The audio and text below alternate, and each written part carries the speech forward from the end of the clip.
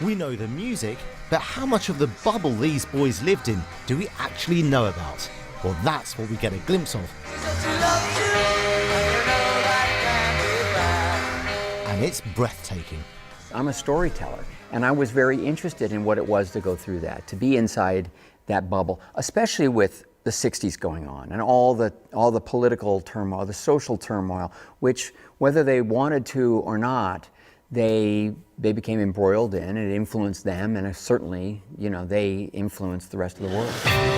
Hello, my name's Paul McCartney. This is Ringo Starr. This is John Lennon. I'm George Harrison. The world feels the Beatles belongs to them, and London's no exception. We're here in Abbey Road Studio 2, where the Beatles recorded their most famous work.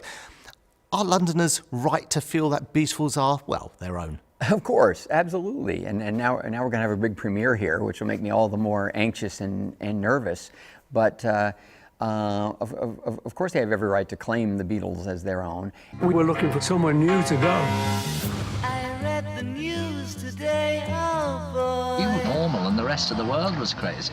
The Beatles were more than just musicians. They refused to play in stadiums in America if black and white fans were segregated. It was controversial, but they did it. And I think that comes as a surprise to a lot of people, just what kind of a change they had on people. It surprised me. I mean, I remembered them being vocal about Vietnam. I really didn't know about them standing up against segregation in Jacksonville, Florida.